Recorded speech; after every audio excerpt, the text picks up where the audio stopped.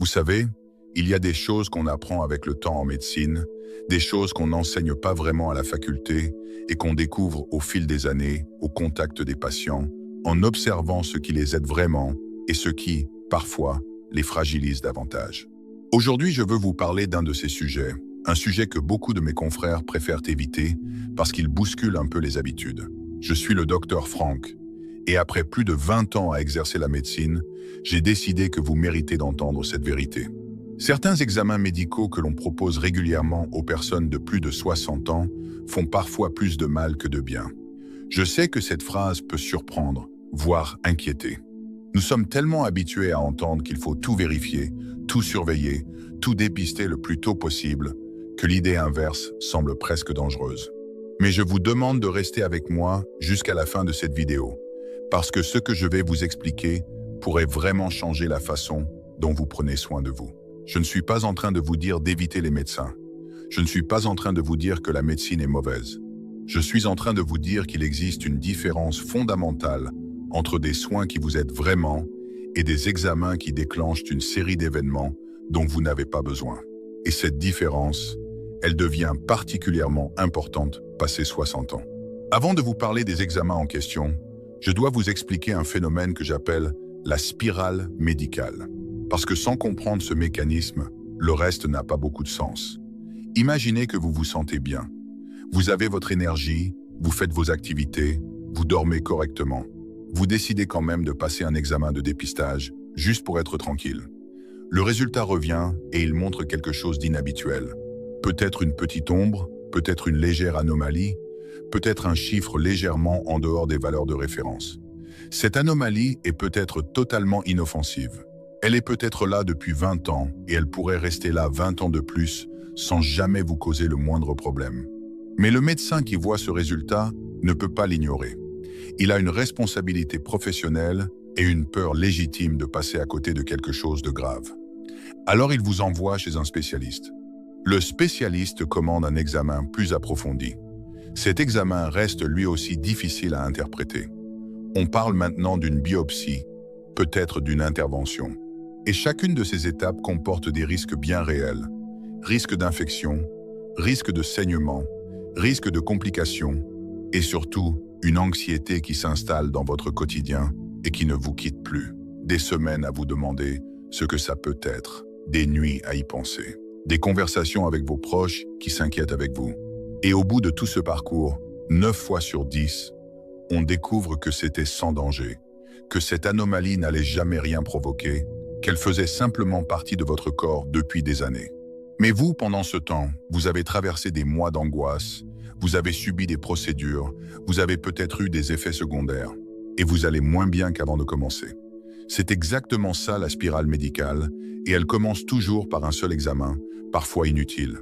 Alors parlons maintenant du premier de ces examens qui déclenche cette spirale encore et encore. Je veux vous parler des scanners corps entiers, ces examens qui proposent de tout vérifier en une seule session, de la tête aux pieds, en 30 minutes. Vous avez probablement vu des publicités pour ce type de bilan. L'idée semble formidable. Avoir une image complète de l'intérieur de son corps, avoir le contrôle sur ce qui se passe, détecter un éventuel problème avant qu'il ne devienne sérieux. Je comprends vraiment l'attrait de cette promesse. Qui ne voudrait pas être totalement rassuré sur son état de santé? Le problème, c'est que la réalité de ces scanners est très différente de ce que les publicités montrent. Imaginez que vous avez 65 ans, vous vous sentez en forme, vous êtes actif, vous n'avez aucun symptôme particulier. Vous décidez de passer ce scanner uniquement pour avoir l'esprit tranquille. Vous vous allongez dans la machine, l'examen dure une demi-heure et quelques jours plus tard, vous recevez votre rapport. Et dans ce rapport, le radiologue mentionne quelque chose. Un petit nodule dans votre poumon, à peine 3 mm, la taille d'un grain de riz, ou peut-être un kyste dans votre rein, ou une légère opacité sur votre foie. Le rapport conclut par cette phrase. Un contrôle par imagerie est recommandé dans 3 à 6 mois. Comment vous sentez-vous à ce moment précis? Vous êtes entré dans ce cabinet en vous sentant en bonne santé et vous en ressortez avec la certitude qu'il y a quelque chose dans votre corps qui doit être surveillé. Vous n'arrivez probablement plus à penser à autre chose. Chaque fois que vous respirez un peu profondément, vous pensez à ce nodule pulmonaire, Chaque fois que vous ressentez une gêne dans le ventre, vous pensez à ce kyste rénal. 3 mois plus tard, vous revenez pour un nouveau scanner. La chose est toujours là, peut-être légèrement différente, difficile à dire. Le radiologue recommande de consulter un spécialiste. Le spécialiste veut être rigoureux, alors il recommande une biopsie. Et une biopsie, c'est un acte médical sérieux. Cela implique une anesthésie. Cela implique d'introduire une aiguille dans votre poumon ou votre rein. Cela implique un risque d'infection et un risque de saignement. Ce que la recherche médicale montre sur ce sujet est vraiment frappant. Lorsqu'on scanne des personnes en bonne santé de plus de 60 ans, on trouve presque systématiquement quelque chose d'inhabituel. Je ne parle pas d'un cas sur 10 ou d'un cas sur 5. Je parle de 90 à 95% des personnes. Des petites taches, des petits kystes, des petites ombres. Le terme médical pour désigner ces découvertes fortuites est incidentalum, et l'immense majorité d'entre elles ne causera jamais le moindre problème. Ce sont simplement les traces normales d'un corps qui existe depuis 6 décennies. C'est comme des rides intérieures. Mais une fois qu'on les a trouvées, on ne peut plus faire semblant de ne pas les avoir vues. Des chercheurs ont suivi pendant plusieurs années des personnes ayant subi ce type de scanner corps entier, et les résultats sont éloquents.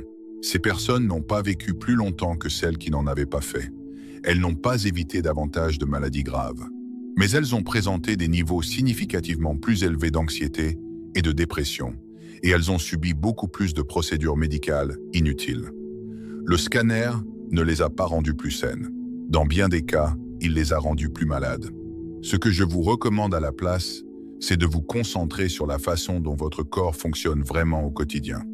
Est-ce que vous pouvez monter 2 étages sans être essoufflé? Est-ce que vous pouvez vous lever d'une chaise sans vous aider des bras? Est-ce que votre équilibre est stable quand vous marchez? Est-ce que vous dormez bien et vous réveillez avec de l'énergie? Ces questions simples nous disent bien plus sur votre état de santé que n'importe quelle image. Consultez un médecin qui prend le temps de s'occuper de vous comme d'une personne, pas comme d'un ensemble d'organes à photographier. Le deuxième examen dont je veux vous parler touche une peur très profonde que beaucoup d'entre vous ressentent en vieillissant. La peur de perdre la mémoire. Je parle des IRM cérébrales, réalisées uniquement parce qu'une personne a des oublis du quotidien.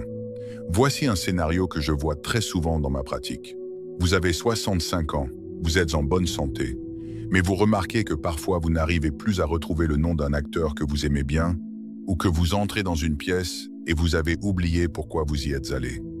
Des oublis comme ça, banals, ponctuels, qui n'empêchent pas de fonctionner normalement. Mais vos enfants s'inquiètent. Ils ont entendu parler de la maladie d'Alzheimer et ils vous poussent à faire un scanner du cerveau juste pour être sûr. Je comprends cette inquiétude familiale. Personne ne veut imaginer perdre sa mémoire et l'amour que vos proches ont pour vous les pousse à vouloir tout vérifier. Mais voici ce que je dois vous expliquer clairement. Faire une IRM cérébrale uniquement pour des oublis ordinaires est presque toujours inutile et souvent source de beaucoup de souffrances inutiles.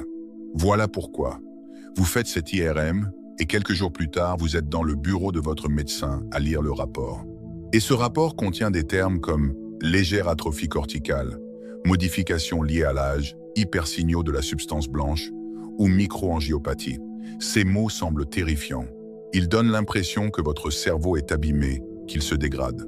Mais voici la vérité que votre médecin devrait vous dire très clairement.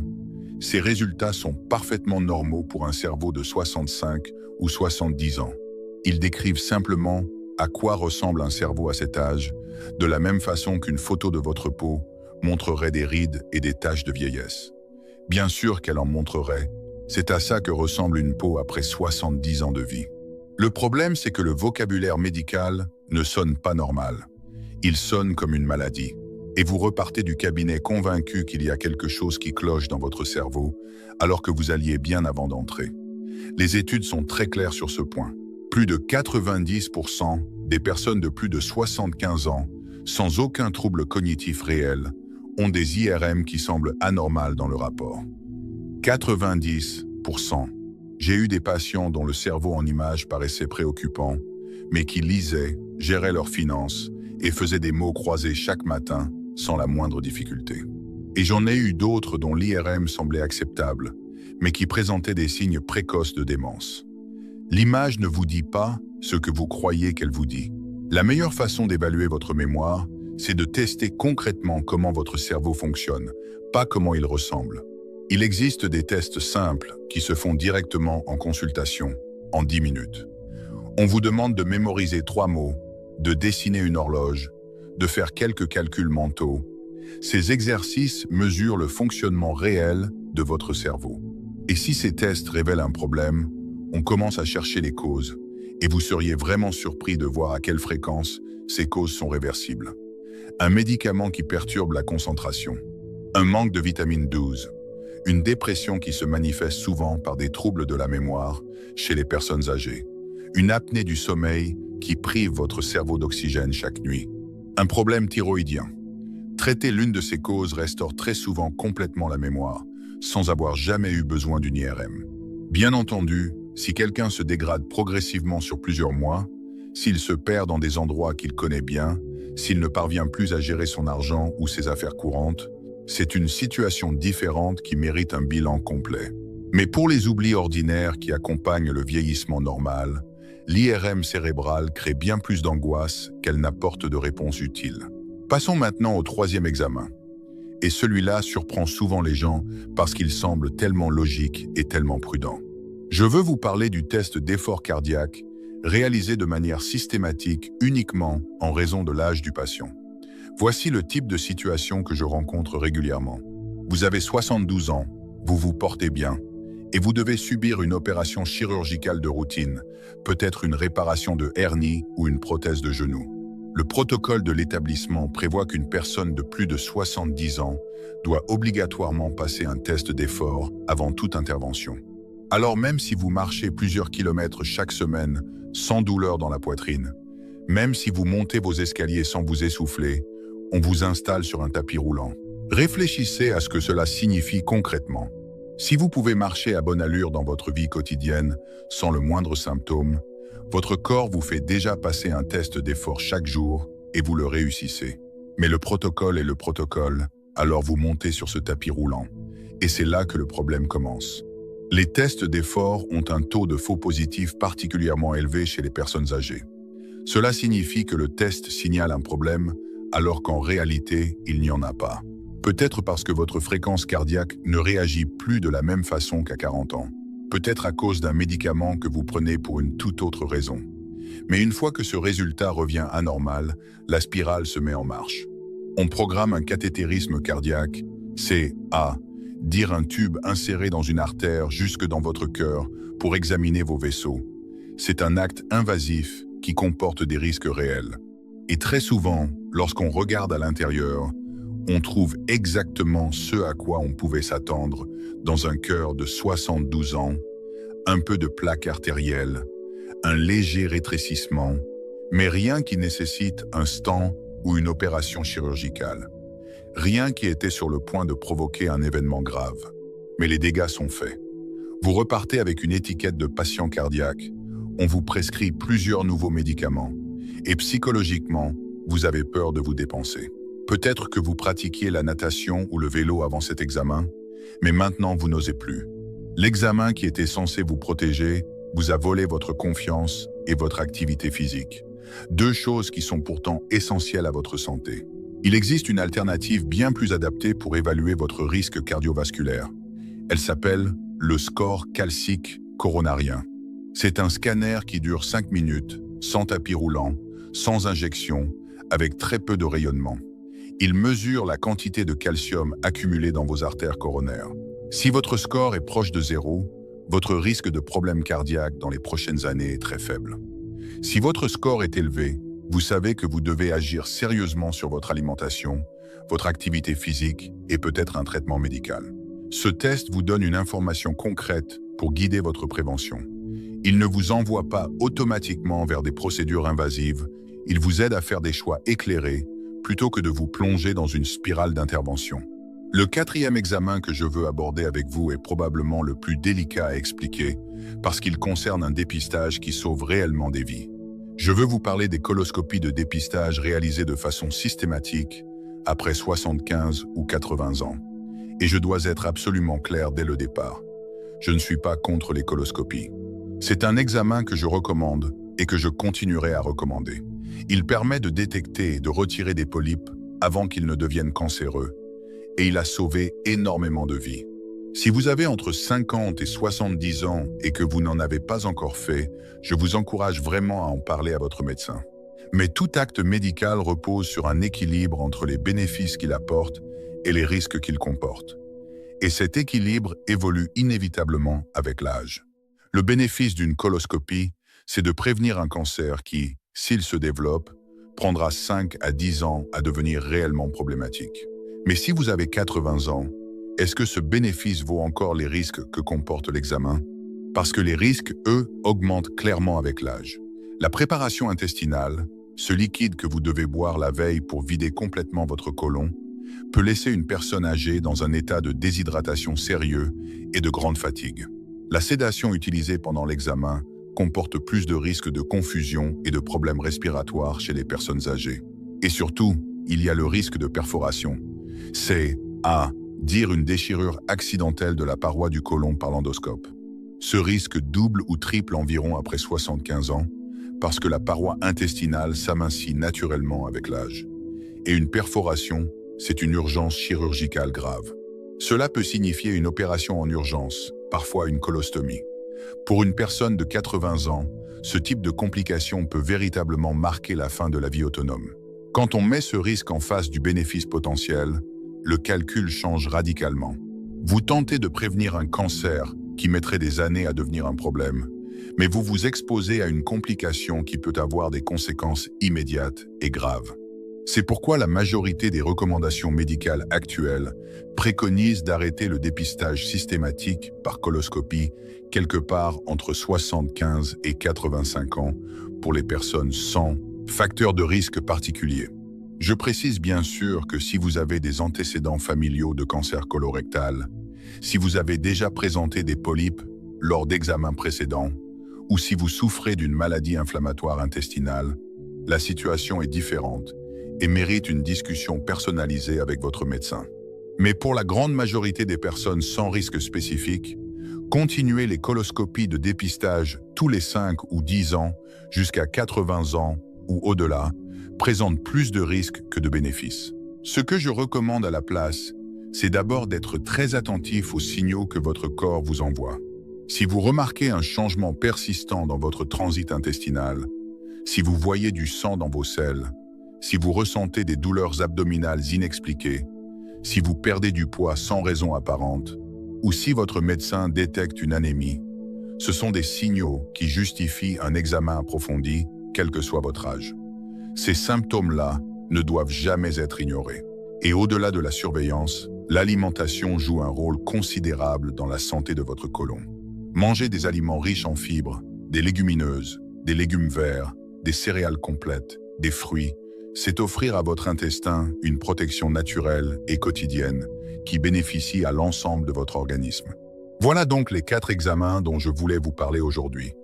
Les scanners corps entier qui trouvent des anomalies inoffensives et déclenchent une spirale d'inquiétude et de procédure.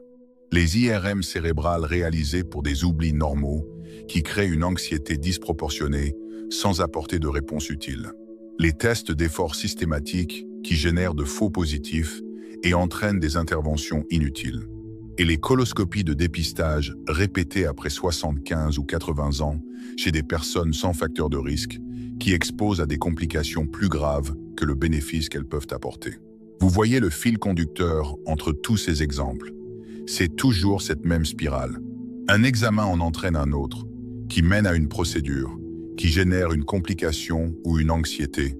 Et quelque part, en chemin, on oublie de poser la question la plus importante. Est-ce que cette personne va vraiment mieux? Est-ce que sa vie est meilleure grâce à tout cela? Ce que 20 ans de pratique médicale m'ont appris, c'est que la santé ne se mesure pas à la perfection des bilans biologiques, ni à la propreté des images radiologiques. La santé se mesure à la façon dont vous vivez votre vie. C'est pouvoir faire ce qui vous tient à cœur. C'est profiter de vos proches, marcher dans la nature, lire, cuisiner, voyager, rire. C'est vivre sans que la peur médicale ne s'invite dans chacune de vos journées. À 65, 70 ou 80 ans, l'objectif n'est pas uniquement de vivre plus longtemps. C'est de vivre pleinement, avec autonomie, avec sérénité et avec le moins d'interférences médicales inutiles possible.